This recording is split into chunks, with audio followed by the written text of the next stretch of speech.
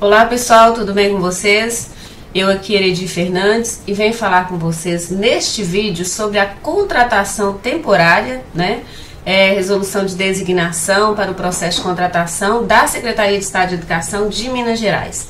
Antes de adentrar este vídeo, eu já quero convidar vocês, que ainda não é inscrito no meu canal, para se inscrever. Se está assistindo fora do meu canal, só acessar aí para vocês entrarem. Foco na Educação com Eredi Fernandes.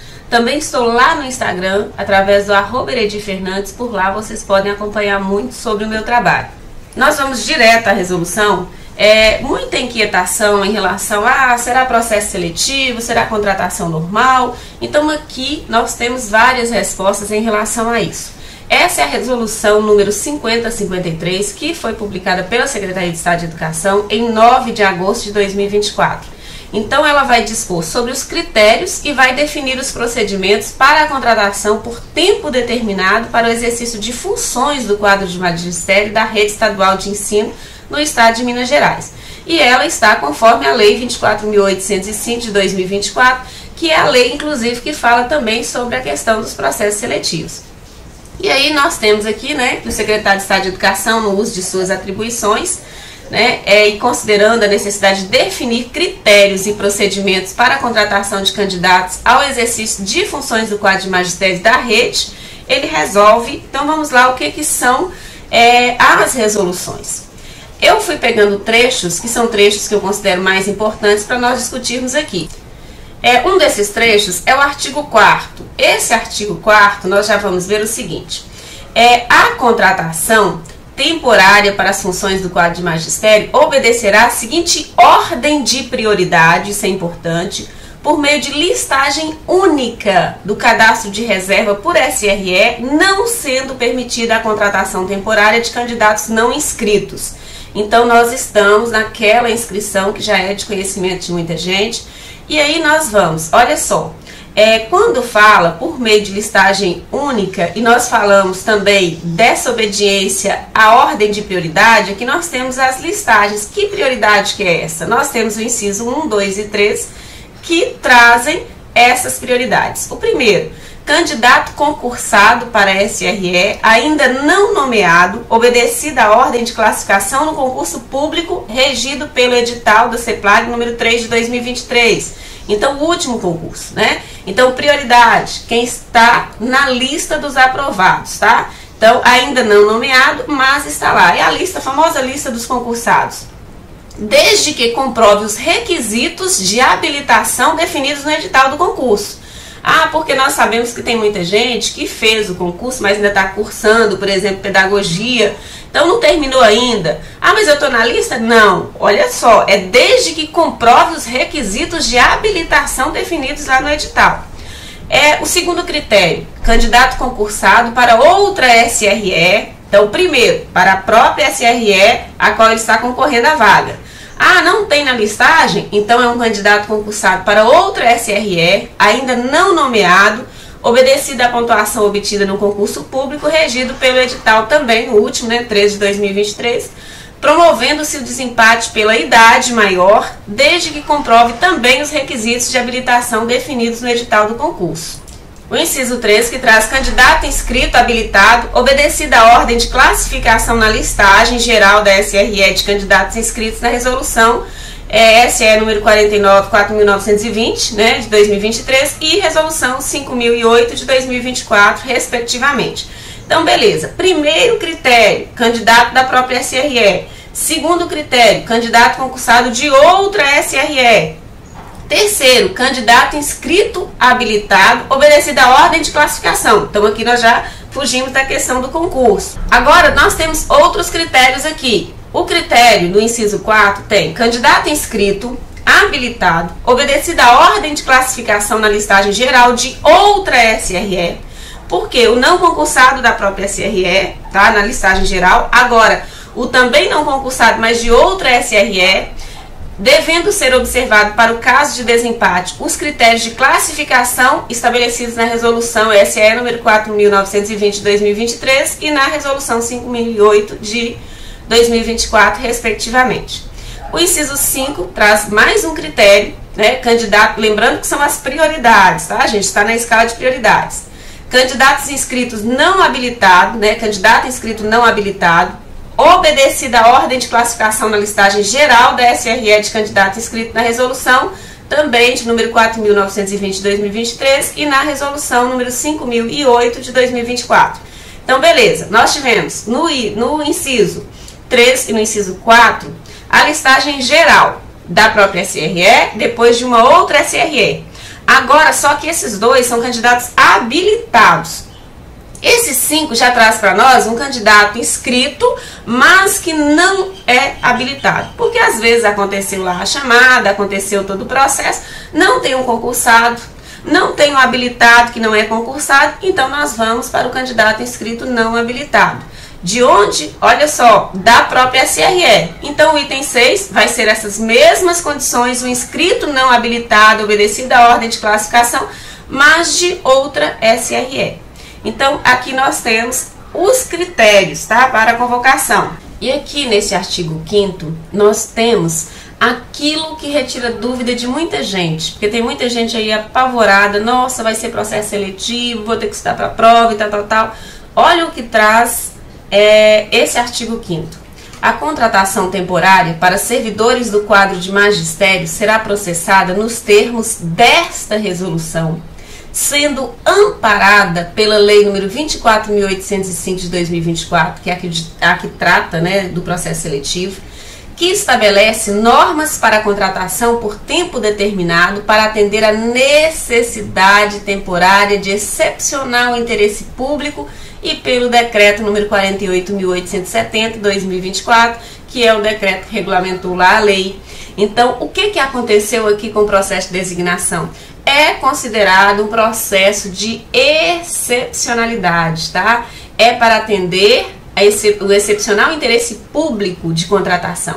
Lá na lei nós percebemos que tem processo seletivo para a situação A, para a situação B, mas tem os casos de excepcional, que é considerado excepcional interesse público. E essa contratação do pessoal do magistério vai entrar nessa parte. Por isso, esses critérios que eu acabei de dizer a vocês. O artigo 6º traz para nós que configuram hipóteses de necessidade temporária de excepcional interesse público, aquelas previstas no artigo 4º da Lei 24.805 de 2024. Então, observem, o que é o excepcional interesse público? O artigo 4º, vamos revisitar? Aqui nós temos o artigo 4º dessa lei, né, da citada lei, que é um artigo, inclusive, longo, mas nós temos assim: configuram hipóteses de necessidade temporária de excepcional interesse público para os fins desta lei. Então, observem, além das situações, né, emergenciais ou calamidade pública, nós temos aqui no inciso 2 a substituição transitória de servidor do magistério ou de contratado temporário do magistério em afastamento, desde que o serviço não possa ser exercido regularmente com a força de trabalho remanescente nos termos de declaração expedida pela autoridade contratante. Nós temos também uma situação excepcional, que é a contratação temporária para assegurar a continuidade da prestação da oferta de educação pública em razão de vacância de cargo pertencente à carreira de que trata o artigo 3º, que tenha como titular servidor do magistério. Nós temos também a contratação temporária em caso de demandas decorrentes da expansão das atividades das instituições estaduais de ensino. Nós temos o atendimento a programas educacionais, projetos de ensino, pesquisa e extensão, cursos e treinamentos que têm um caráter temporário. Nós temos o atendimento a educandos com deficiência, transtornos globais de desenvolvimento e altas habilidades ou superdotação, matriculados nos cursos oferecidos pelas instituições estaduais de ensino nos termos de regulamento. E olha, o exercício de docência nos casos em que a carga horária do componente curricular seja insuficiente para o provimento do cargo por meio de concurso público. Enfim, fica até o convite para vocês lerem novamente aí, né, o artigo 4º na íntegra. Eu vou deixar essa legislação aqui na descrição desse vídeo, mas é para vocês compreenderem que não caiu por terra o processo seletivo, mas as contratações entram no caso de excepcionalidade. No inciso 4, que é do artigo 10º, nós temos também uma informação importante. Aqui diz para observar os prazos mínimos permitidos para contratação temporária para as funções de.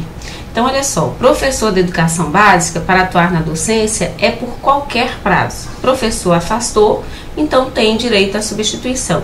Nós vamos ver aqui uma excepcionalidade, no caso, por exemplo, do 1º ao 5º, em relação ao eventual, tá? Na letra B, nós temos o professor de educação básica, o PEB, para a função de professor para ensino do uso da biblioteca, mediador de leitura, PUB e professor eventual, nos afastamentos do titular por 15 dias ou mais. Então, vejam, esses professores já têm uma data especial, né? Professor de ensino e uso da biblioteca, o professor eventual, tem que ser por quando eles estiverem afastados por 15 dias ou mais, que haverá direito à substituição. O especialista em educação básica tem que ser nos afastamentos do titular também por 15 dias ou mais. O analista educacional e inspetor escolar, os afastamentos já tem que ser por prazo mínimo permitido de 30 dias. E para a contratação temporária presencial, as vagas disponibilizadas serão divulgadas por meio de editais no endereço, vem aqui o endereço para vocês, então confiram direitinho, vai ficar aí também na descrição deste vídeo. E aqui nós temos que nos meios de comunicação disponíveis e seguirão as regras descritas abaixo. Primeiro um edital, segundo e terceiro editais, Então, primeiro edital, segundo e terceiro editais. A partir do 4º edital, aqui vem os vários prazos, vem o período também que será computado ou que não será computado. É interessante vocês analisarem aí na descrição, para vocês analisarem esse documento na íntegra. Aqui, gente, eu já chamo bastante atenção, porque em relação aos documentos da contratação, tá? No ato de contratação temporária, o candidato deve apresentar pessoalmente os documentos especificados abaixo, na forma indicada em cada inciso, que serão conferidos e arquivados na pasta funcional do servidor. Então, que documentos são esses? Comprovante de habilitação de escolaridade, qualificação e formação especializada para atuar na função a que concorre em conformidade com a utilizada no ato da inscrição, original e cópia. Então, tudo aquilo que foi atestado no ato da inscrição, o candidato precisa estar com o documento original e com a cópia. A certidão de contagem de tempo em conformidade com também a utilizada no ato da inscrição, original e cópia, quando necessária. Documento de identidade e CPF, também original e cópia. Comprovante de votação da última eleição, original e cópia, ou uma certidão de quitação eleitoral, que está disponível no site do Tribunal Regional Eleitoral, o TRE. Também comprovante de estar em dia com as obrigações militares quando o candidato é do sexo masculino, e dispensada a exigência quando se tratar de cidadão com mais de 45 anos de idade. Tem que ser também o documento original e cópia. Comprovante de inscrição no PIS/PASEP ou contra-cheque de servidor público do Estado de Minas Gerais, uma via única emitida pelo portal do servidor, original e cópia também, ou uma declaração de que não possui a inscrição, às vezes o candidato não tem, então precisa levar essa declaração. O comprovante de exame pré-admissional atestando a aptidão para a função pleiteada, quando for o caso, nos termos da legislação vigente e das normas complementares emitidas aí, pelo órgão responsável, também original e cópia. O comprovante de endereço atualizado, viu, gente, com validade de 3 meses, original e cópia, ou declaração conforme previsto na Lei Federal 7.115 de 1983. E também as declarações devidamente datadas e assinadas, fornecidas no ato da contratação temporária pela autoridade responsável, conforme o modelo a ser fornecido no ato da contratação. Então, que declarações são essas? Aqui nós temos a linha A dizendo: declaração de não estar cumprindo sanção por inidoneidade aplicada por qualquer órgão público federal, estadual ou municipal, de não ter sido demitido a bem do serviço público, porque nós sabemos que tem lá um período que a pessoa fica assim, suspenso, de não estar em afastamento preliminar à aposentadoria ou aposentado em decorrência de invalidez total ou parcial, de que o tempo declarado no processo de inscrição não foi utilizado para aposentadoria voluntária ou compulsória. Também declaração de que não incorre nenhuma das hipóteses de impedimento para contratação temporária. Essas hipóteses estão previstas no Decreto 45.604 de 2011. De que o tempo de exercício na rede estadual de ensino, na mesma função, registrado e validado no sistema de inscrição, está correto, seguindo os critérios estabelecidos no ato da inscrição. Então tem que ter assim muita fidedignidade aos dados informados e aquilo que vocês estão comprovando no ato, né, de assinatura para assumir o cargo. Documentação, declarações devidamente datadas e assinadas fornecidas no ato da contratação temporária pela autoridade responsável nos termos da legislação vigente, das normas complementares, né, emitidas pelo órgão responsável. Nenhum candidato poderá ser contratado temporariamente antes da apresentação da documentação relacionada neste artigo. E no ato da contratação temporária, o candidato deve apresentar pessoalmente as vias originais e cópias da documentação relacionada e em conformidade com o especificado neste artigo. Cuidado, viu, gente? Original e cópia. O artigo é bem claro. Então, assim, confiram essa listinha direitinho antes de sair para, né, assumir a função de vocês, para concorrer ao cargo, né, vamos dizer assim, para não ter nenhuma surpresa desagradável. Os documentos relacionados nos incisos 1 e 2 deste artigo deverão estar em consonância com a classificação estabelecida na Resolução 5.008 de 2024 e na Resolução 4.920 de 2023. Então, quando se refere aos documentos do inciso 1 e 2, eles estão, eu li anteriormente para vocês, então vale a pena conferir aí. No mais, agradeço imensamente a atenção de vocês. Peço, né, novamente, que se não é inscrito no canal, inscrevam-se. Aqui eu tenho cuidado de veicular informações confiáveis e trazer novidades sobre educação, especialmente sobre educação mineira. Então, assim, às vezes o tempo é muito corrido porque eu estou fechando ainda o meu mestrado, mas estou me organizando para ficar mais frequente aqui. Então, não deixe de acompanhar as postagens. Grande abraço!